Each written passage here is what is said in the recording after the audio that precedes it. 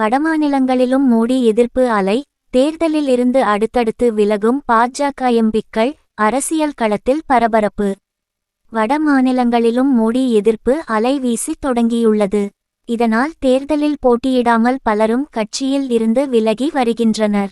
சிலர் வேட்பாளராக அறிவிக்கப்பட்டும் போட்டியில்லை என்று அறிவித்துள்ளதால் பரபரப்பு எழுந்துள்ளது. தென் மாநிலங்களில் உள்ள 134 தொகுதிகளில் ஆந்திரா மற்றும் கர்நாடகாவில் மட்டும் ஒரு சில தொகுதிகள் கிடைக்க வாய்ப்புகள் உள்ளன.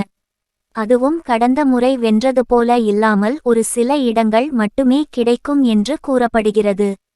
தமிழ்நாடு, தெலங்கானா, கேரளா, புதுவை ஆகிய மாநிலங்களில் பாஜகவுக்கு எதிர்ப்பு அலை வீசுகிறது. இதனால் ஒரு சீட் கூட கிடைக்காது என்று கூறப்படுகிறது. கர்நாடகா மற்றும் ஆந்திராவிலும் எதிர்ப்பு அலை கடுமையாக வீசுகிறது. இதனால் தென் மாநிலங்களில் உள்ள 134 தொகுதிகள் மீதும் பாஜகவுக்கு நம்பிக்கை இல்லை.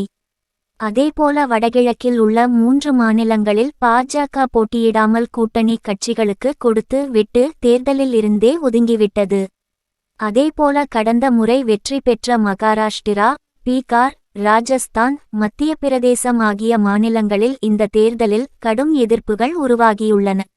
இதனால் குஜராத், உபி ஆகிய மாநிலங்களை மட்டுமே பாஜக நம்பியுள்ளது.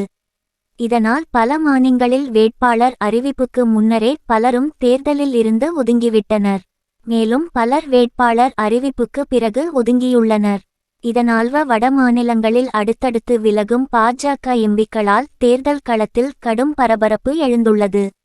அதில் பாஜக சார்பில் வேட்பாளர்களாக அறிவிக்கப்பட்டு பின்வாங்கியவர்களில் குஜராத் மாநிலத்தில் வதோதரா தொகுதியில் ரஞ்சன்பென் தனஞ்செய்பட், சபர்கந்தா தொகுதியில் பிகாஜி தாக்கூர் ஆகியோர் வேட்பாளராக அறிவிக்கப்பட்ட பின்னர் தங்களுக்கு சீட் வேண்டாம், தேர்தலும் வேண்டாம் என்று ஒதுங்கிவிட்டனர். அதேபோல உத்தர பிரதேசம் மாநிலம் பாராபங்கி தொகுதியில் உபேந்திர சிங் ராவத், கான்பூர் தொகுதியில் சத்யதேவ் பச்சௌரி ஆகியோர் வேட்பாளர் அறிவிக்கப்பட்ட பிறகு சீட் வேண்டாம் என்று ஒதுங்கியுள்ளனர்.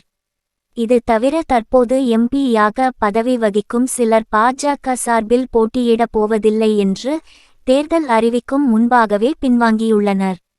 அவர்களில் புதுடெல்லியைச் சேர்ந்த கவுதம் கம்பீர், முன்னாள் ஒன்றிய அமைச்சர் ஹர்ஷ்வர்தன், முன்னாள் ஒன்றிய அமைச்சரின் மகன் ஜெயந்த் சின்ஹா, முன்னாள் ஒன்றிய அமைச்சர் வி.கே. சிங், ராகுல் கஸ்வான், பச்சை கவுடா, அஜய் பிரதாப் சிங், பிரிஜேந்திர சிங், குனார் ஹெம்ப்ராம் ஆகியோர் விலகியுள்ளனர்.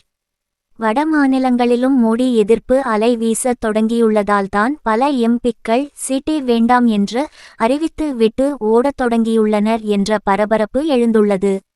இந்நிலையில் நாங்குநேரி பொதுக்கூட்டத்தில் பேசிய முதலமைச்சர் ஸ்டாலின், வீரத்தின் விளை நிலமான நெல்லை சீமைக்கு வந்துள்ளேன்.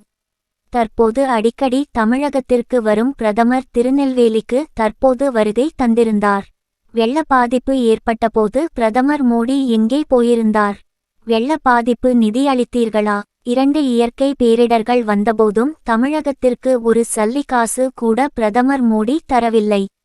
தமிழகத்தில் நிகழ்ந்த 2 பேரிடர் பாதிப்புகளுக்கு நிவாரணமாக 37,000 கோடி நிதியை மத்திய அரசிடம் கேட்டும் இதுவரை தரவில்லை. வெள்ள நிவாரணம் வழங்க வேண்டும் என மத்திய அரசுக்கு எதிராக நீதிமன்றத்தை நாட உள்ளோம். பாஜக ஓரவஞ்சனை செய்யும் அரசாக செயல்பட்டு கொண்டிருக்கிறது. தமிழர்களை வெறுக்காத, தமிழர்களை மதிக்கக்கூடியவர் மத்தியில் பிரதமராக வர வேண்டும். மீண்டும் மோடி ஆட்சிக்கு வந்தால் அமைதியான இந்தியா அமளியான இந்தியாவாக மாறிவிடும். அரசு செலவு செய்யும் ஒவ்வொரு ரூபாயும் மக்களின் பணம். மக்களாட்சியில் மக்களை அவமதித்த பாஜகவின் தோல்வி உறுதியாகிவிட்டது. ஆட்சி, பதவி இருப்பதற்காக பாஜகவினர் என்ன வேண்டுமென்றாலும் ஆணவமாக பேசுவார்களா?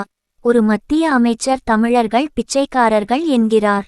மற்றொரு மத்திய அமைச்சர் தமிழர்களை தீவிரவாதிகள் என்கிறார்.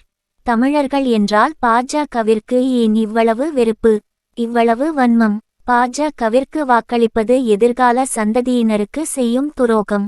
பாஜகவுக்கு வாக்களிப்பது அவமானம் என்பதை மக்களிடம் எடுத்துச் சொல்ல வேண்டும். வரும் லோக்சபா தேர்தலில் மோடியை தோற்கடிக்க வேண்டும். ஜனநாயகத்தை காக்கும் போர்க்களத்தில் நாம் வெற்றி பெற மக்கள் நமக்கு ஆதரவு அளிக்க வேண்டும் என பேசினார்.